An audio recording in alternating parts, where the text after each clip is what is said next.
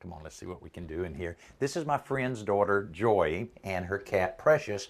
And Precious loves to come in your room, I understand, loves to look out the window, but there's a little problem there. Tell us about it. Well, when Precious jumps up on the ledge, she kind of falls off. She has nowhere to lay because it's a little space. Oh, okay. Well, I heard about that, and what I figured we could do very easily is remove this windowsill, I brought a shelf board with me, and that way we can replace it with that, and then Precious will have about this much room to enjoy the great outdoors.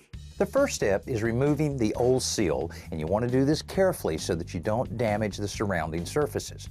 Once the old nails are removed, we'll mark the new shelf board in place so that it can be notched to fit into the window opening. All right, let's see. You can go ahead and put your glasses on there, and then I'll just get you to kind of hold that a little bit.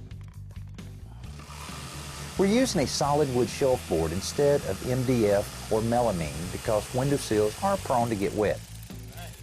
Then it's just a matter of putting it into position beneath the window and securing it with a few finishing nails. A little putty over the nail holes and some caulk around the edges, and we're ready to test it.